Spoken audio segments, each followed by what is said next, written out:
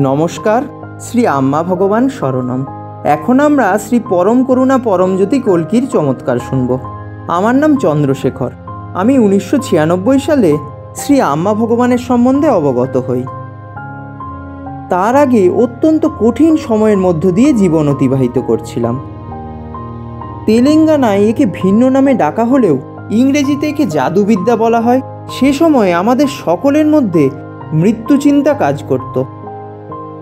বিজ্ঞানসম্মতভাবে এসবে বিশ্বাস না থাকলেও সে সময়ের পরিস্থিতিতে বিশ্বাস না করে উপায় ছিল না। আমাদের বাড়িতে নিজে নিজেই কাপড় চোপড়ে আগুন ধরে যেত। ভাত রান্না করার সময় বিশ্রী গন্ধ বের হতো এবং পুরো ঘর সেই বাজে গন্ধে ভরে যেত।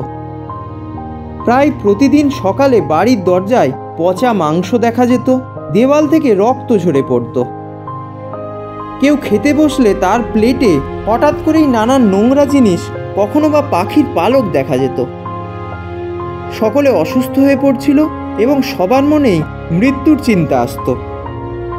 এইসব অদ্ভুত ঘটনা আমার নিজের বাড়িতে আমার চোখের সামনে ঘটেছিল। আমি ঈশ্বর বা কোনো অলৌকিক শক্তিতে বিশ্বাসী ছিলাম না। একজন নিকট পারিবারিক বন্ধুর কাছে আমাদের এই দুর্দশার কথা বলেছিলাম। তিনি একদিন আমার অফিসে এসে আমাকে ঋষিতুল্য একজনের ছবি দেখালেন। আমাকে বললেন, ইনি শ্রী ভগবান, একজন অবতার, যিনি অগণিত চমৎকারিক ঘটনার উৎস। পরিবারের সকল অশুভ পরিস্থিতি দূর করার জন্য তিনি আমাকে শ্রী ভগবানের কাছে প্রার্থনা করার পরামর্শ দিলেন। আমার মধ্যে থাকা অবিশ্বাসী সত্তা পুরো ধারণাটি শুনে হেসে উঠে বলল, বর্তমান রহস্যই আমাকে জর্জরিত করে রেখেছে। সেগুলি সমাধানের জন্য আমার আর কোনো রহস্যের প্রয়োজন নেই। আমার অনাগ্রহে নিরুৎসাহিত হয়ে আমার বন্ধু আমার স্ত্রীর কাছে গেলেন, যিনি অনেকাংশে বিশ্বাসী ও আগ্রহী ছিলেন। পরের দিন স্নান সেরে আমার স্ত্রী শ্রী ভগবানের ছোট্ট ছবিটি বেদিতে রেখে বললেন, আমি অনেক দেবতার পুজো করেছি, এখন আপনার কাছে প্রার্থনা করতেও আমার আপত্তি নেই। আমাকে ও আমার পরিবারকে রক্ষা করুন। আপনি যেই হন না কেন, দয়া করে আমাকে সাহায্য করুন। আমার স্ত্রী 21 বার মূলমন্ত্র জপ করেন। চোখ বন্ধ করা অবস্থাতে তিনি চারপাশে ঘটে যাওয়া অনেক জিনিস অনুভব করতে পারছিলেন। শ্রীমূর্তি থেকে শ্রী ভগবান আবির্ভূত হন এবং ধীরে ধীরে আকারে বৃদ্ধি পেতে শুরু করেন।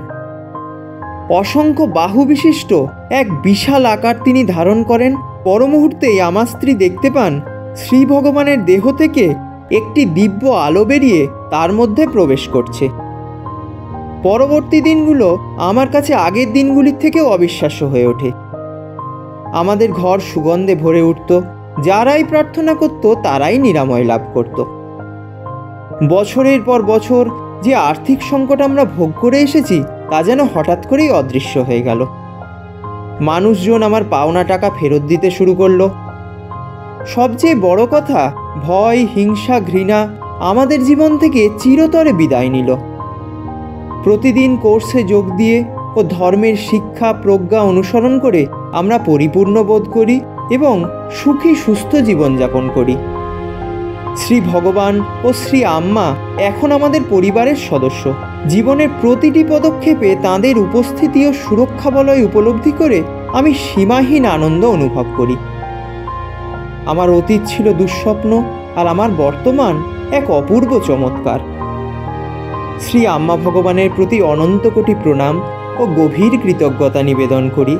তাঁরাই আমাদের জীবন এত অনুগ্রহে পরিপূর্ণ করেছেন।